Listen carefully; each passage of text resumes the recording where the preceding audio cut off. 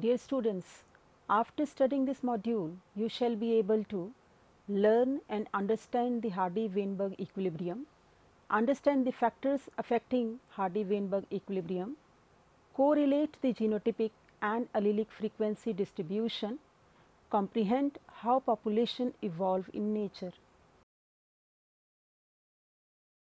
The basic principles of heredity that are the cornerstones of modern genetics were found by Gregor John Mendel while working with garden peas. However, the work of Mendel remained obscure for about 3 decades until its rediscovery in 20th century. However, controversy prevailed for several years as it was not then known how it could explain the continuous characteristics. In the year 1902, Udne Yule debated against Mendelism as his belief was that in a population the dominant would increase. In the year 1903, William E. Cassell revealed that the frequencies of genotype will remain stable even without selection taking place, and in the same year Karl Pearson propounded that a single equilibrium point having values wherein both P and Q were equal to value of 0.5. Reginald Punnett introduced Euler's point as a problem to a British mathematician named G. H. Hardy.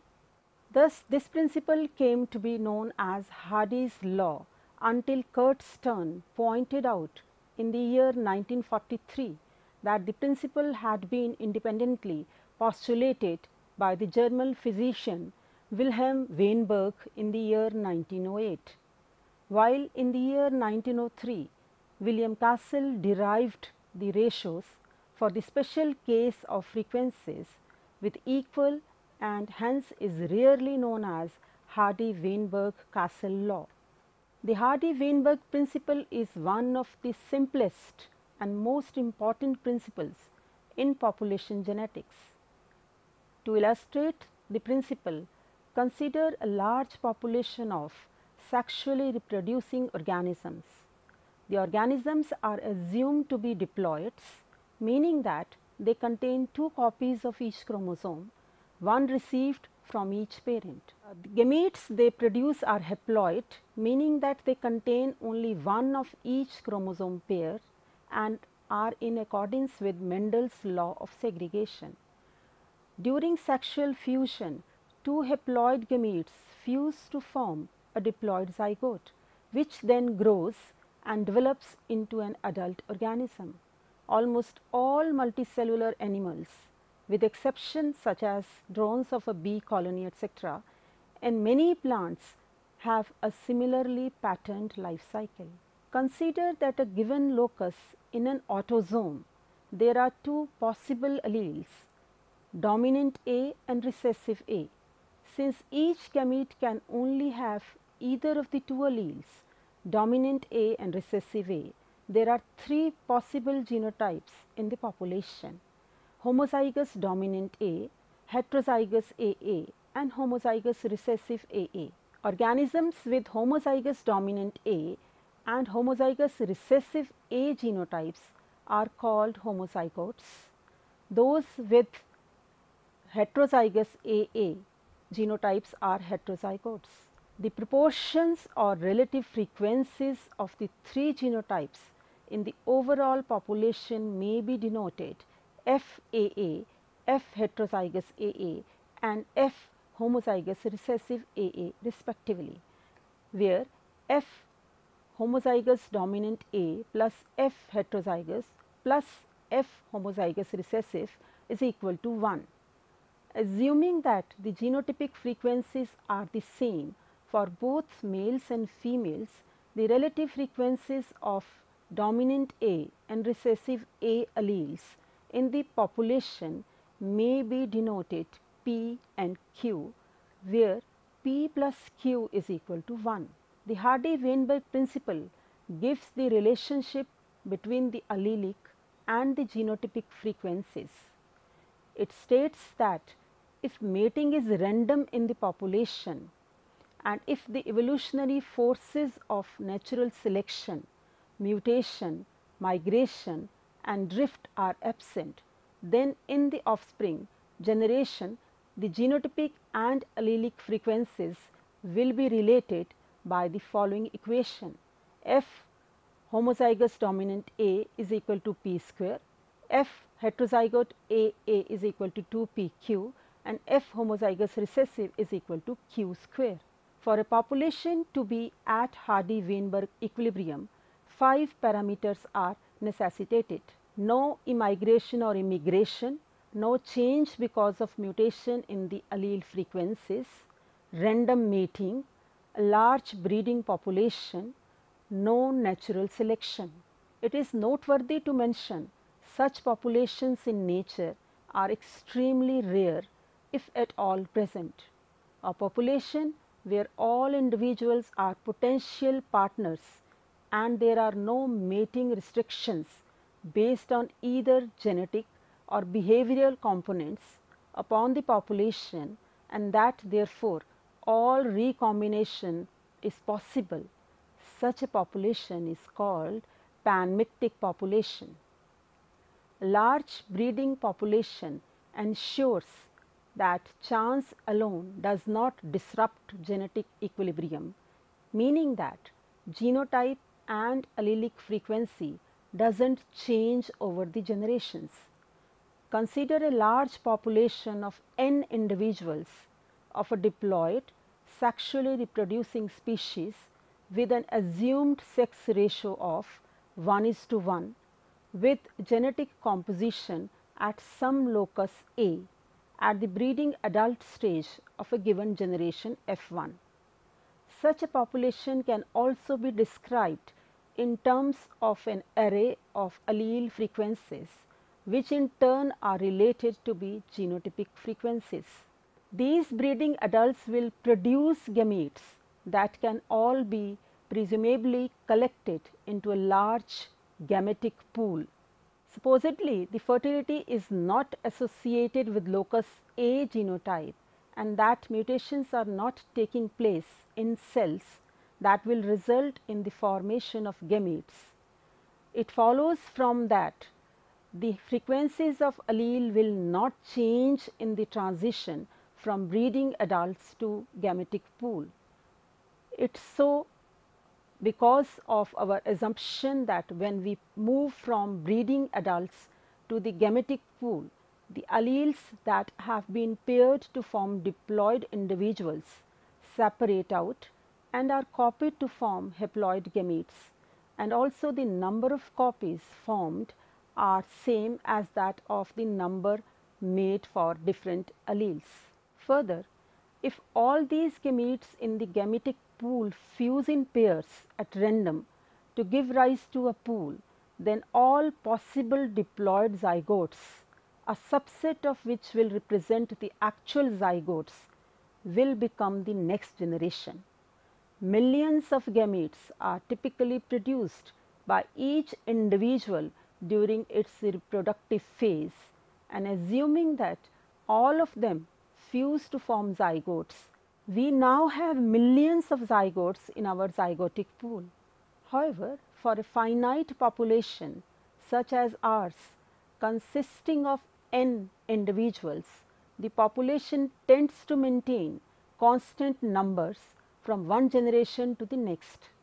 Once again, the statement actually contains two assumptions, namely that the number of breeding adults n is constant, and secondly, generations are discrete such that offspring do not coexist with their parents.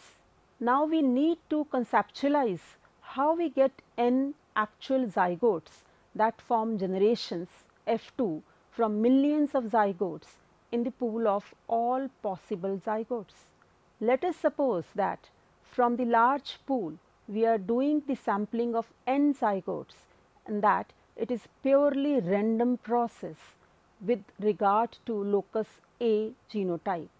As we are doing the sampling on a very large pool, hence this sampling can be thought for all practical purposes to be with replacement.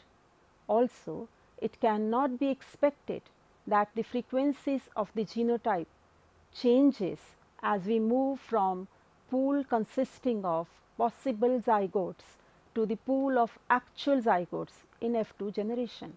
In contrast, if a small population is considered, only a few copies of a certain allele may exist.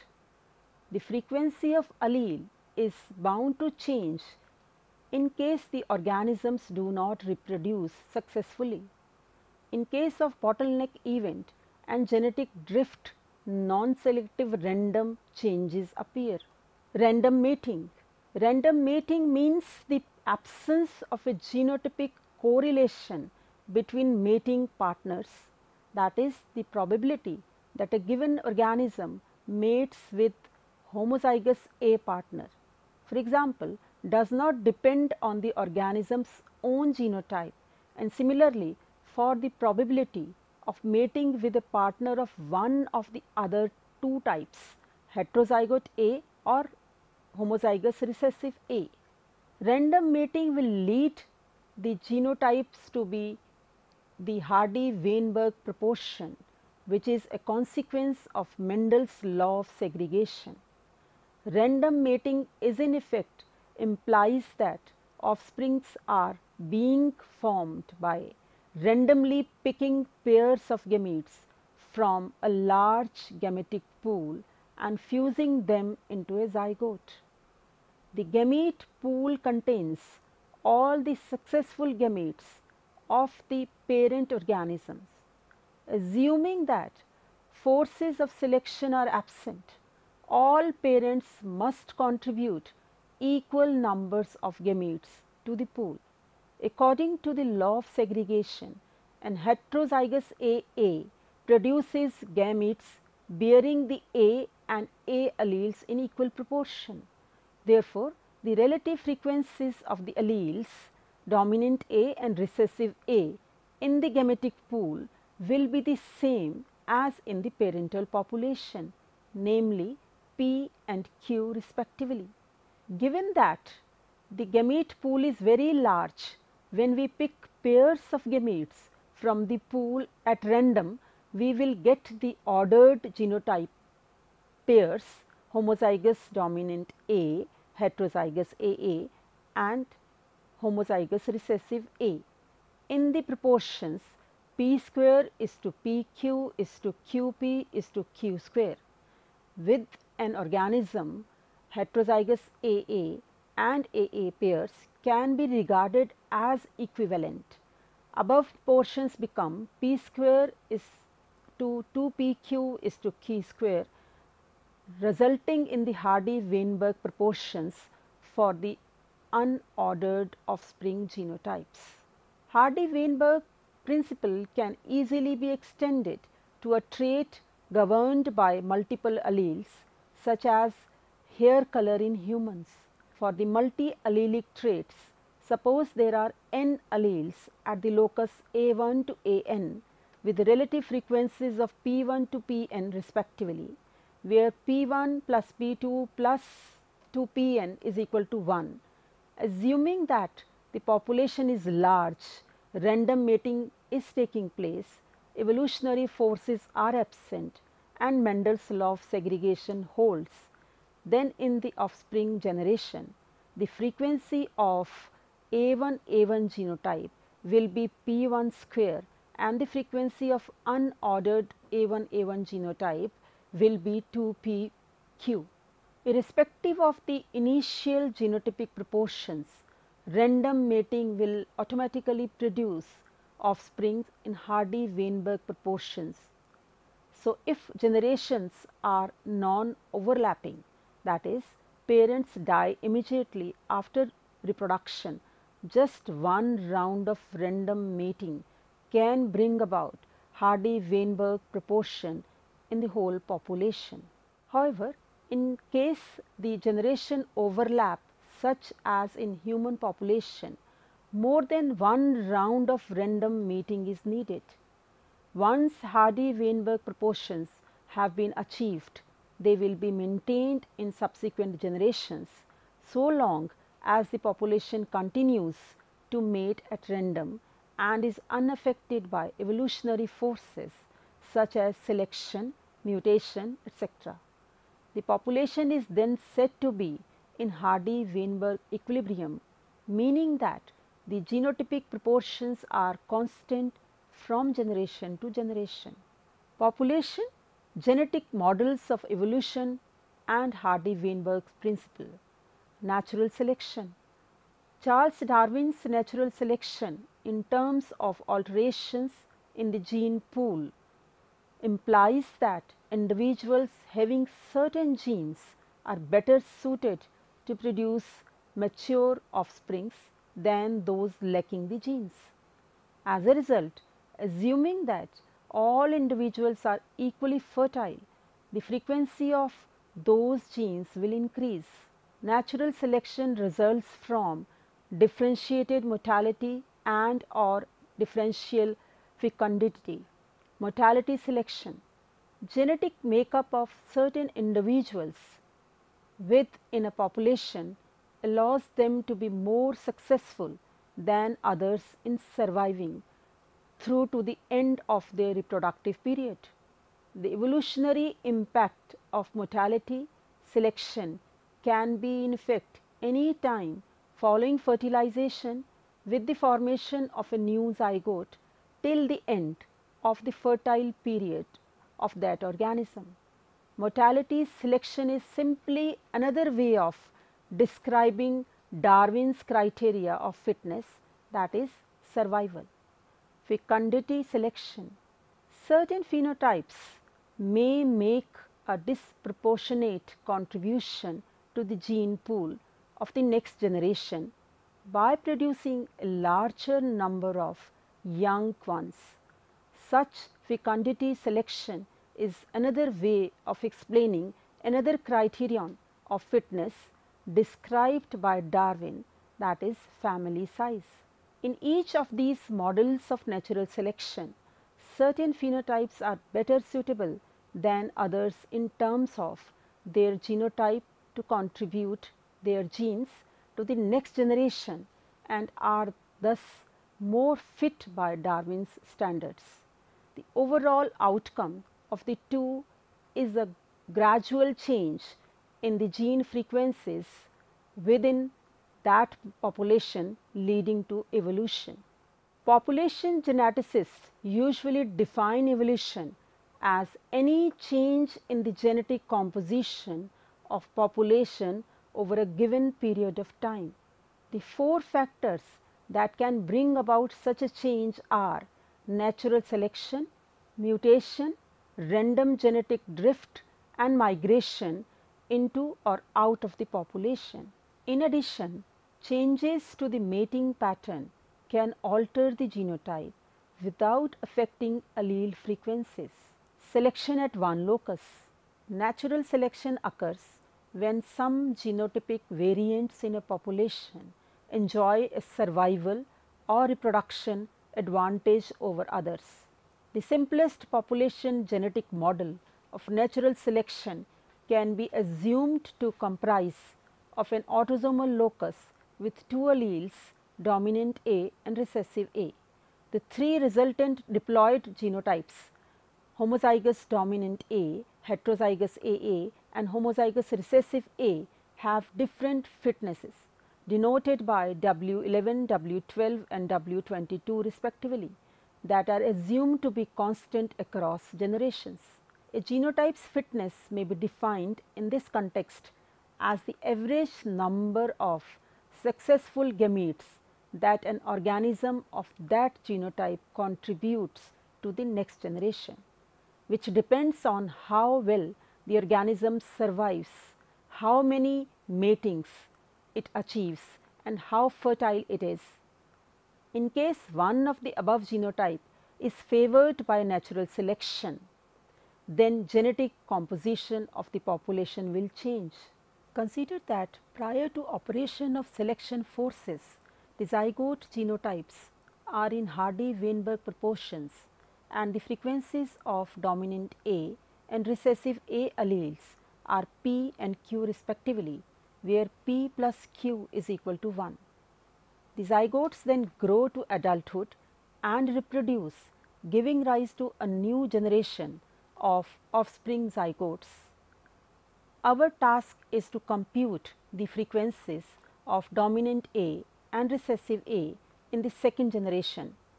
Let us denote these by P dash and Q dash respectively, where P dash plus Q dash is equal to 1. In the first generation, the genotypic frequencies at the zygotic stage are P square, 2pq and Q square for dominant A, heterozygous AA and homozygous recessive A respectively by the Hardy-Weinberg law. Three genotypes produce successful gametes in the proportion to their fitness, that is, in the ratio W11 is to W12 is to W22. The average fitness in the population is W is equal to P square W11 plus 2p Q W12 plus Q square W22, so that the total number of successful gametes produced is NW, where N is population size. Assuming that no mutation occurs and that Mendel's law of segregation holds, then an homozygous dominant A organism will produce only A gametes, and homozygous recessive organism will produce only A gametes, and an heterozygote AA organism will produce dominant A and recessive A gametes in equal proportion. Therefore, the proportion of dominant A gametes and thus the frequency of dominant A allele in the second generation at the zygotic stage is P dash is equal to N P square W11 plus half N 2pq W12 divided by NW is equal to P square W11 plus PQ W12 by W. Equation 1 is known as recurrence equation. It expresses the frequency of dominant A allele in the second generation in terms of its frequency in the first generation. The change in frequency between generations can then be written as P is equal to P dash minus P, which is equal to P square W11 plus PQ W12 by W minus P is equal to PQ by P into W11 W12 plus Q W12 minus W22 by W. If P is greater than 0, then natural selection favored A allele to increase in frequency. If P is less than 0, then selection has led recessive A allele to increase in frequency. If P is equal to 0, then no change in gene frequency has taken place and the system is in allelic equilibrium. However, the condition P is equal to 0 does not imply that no natural selection has occurred. The condition for that is W11 is equal to W12 is equal to W22. It is possible that gene frequencies have remained unaffected despite the natural selection. Equations 1 and 2 precisely indicate how fitness differences between genotypes will lead to evolutionary change. This enables us to explore the consequences of various different selective regimes. Suppose firstly that W11 is greater than W12 is greater than W22, that is, the AA homozygote is fitter than AA heterozygote, which in turn is fitter than AA homozygote. By inspection of equation 2, we can see that P must be positive. So, with each generation, the frequency of dominant A allele will be greater than in the previous generation until it eventually reaches fixation and the recessive A allele is eliminated from the population. Once the A allele reaches fixation, that is P is equal to 1 and Q is equal to 0, no further evolutionary change will occur. If P is equal to 1, then change in P is equal to 0. This makes good sense because the A allele confers a fitness advantage. Therefore, its relative frequency in the population will increase from generation to generation until it is fixed. It is obvious that analogous reasoning applies in the case where W22 is greater than W12 is greater than W11. Equation 2 tells us that P must then be negative so long as neither P nor Q is 0. So, the A allele will sweep to fixation, eliminating the dominant A allele. A more interesting situation arises when the heterozygote is superior in fitness to both of the homozygotes, that is, W12 is greater than W11 and W12 is greater than W22, a phenomena known as heterosis. Hence, in this type of situation, for both alleles that are present in a population, equilibrium should be reached. Equation 2 confirms this intuition. It is easy to see that P is equal to 0 if either allele has gone to fixation, that is, if P is equal to 0 or Q is equal to 0, or thirdly, if the following condition obtains, where P into W11 minus W12 plus Q into W12 minus W22 is equal to 0. This reduces to P is equal to P steric is equal to W12 minus W22 by W12 minus W22 plus W12 minus W11. The steric symbol shows the equilibrium state, and this state is only satisfied when P is positive and there is presence of heterozygote superiority or heterozygote inferiority. It represents an equilibrium state of the population in which both alleles are present. This equilibrium is known as polymorphic by contrast with the monomorphic equilibria that arise when either of the alleles has gone to fixation. The possibility of polymorphic equilibrium is quite significant and represents that natural selection will not always produce genetic homogeneity. In some cases, selection preserves the genetic variation found in a population.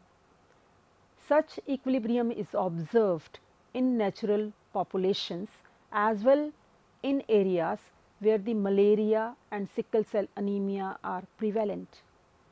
Individuals with normal genotype are eliminated because of malaria, while homozygous individuals for sickle cells are eliminated because of anemia.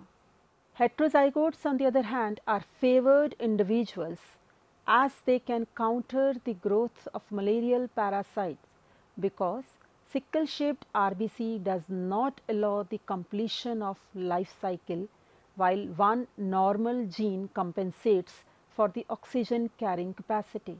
Numerous other aspects about natural selection can be studied by incorporating a parameter that measures the fitness differences between genotypes, such as rate of evolutionary change, which in turn has enabled us to answer questions such as how many generations are needed for selection to increase the frequency of dominant A allele from 0.1 to 0.9.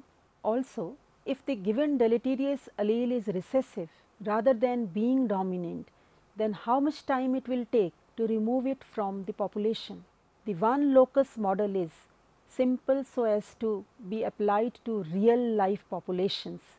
Selection is rarely the only evolutionary force in operation because genotypic fitness is unlikely to be persistent amongst generations, and hence the Mendelian segregation cannot be held exactly. Nevertheless, one locus model illustrates the essence of population genetic reasoning and the attendant clarification of the evolutionary process that it brings, migration. Migration is the fourth and final factor that can affect its genetic composition. both immigration as well as immigration contributes to genetic composition of a population. If immigrants are genetically different from the population they are entering, this will bring alteration in the genetic composition of the population.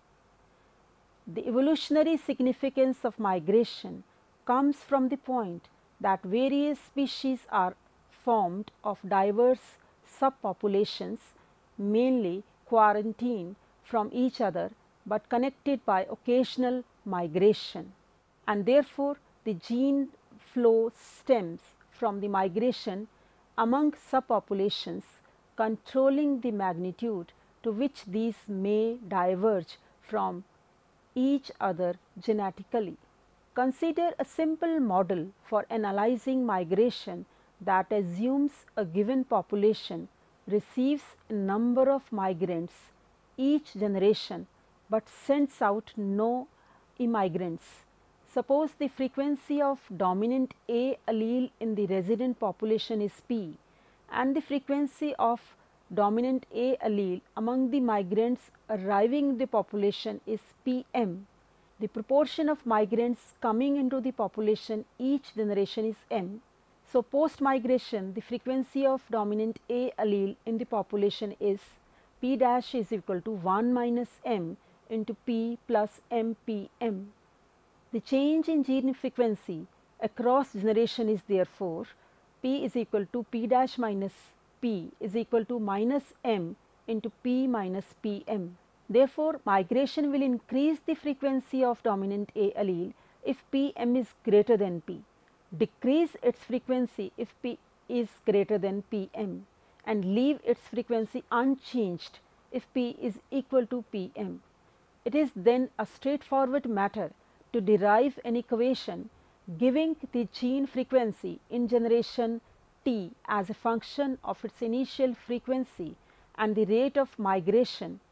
The equation is Pt is equal to Pm plus Po minus Pm into 1 minus Mt, where Po is the initial frequency of dominant A allele in the population, that is before any migration has taken place.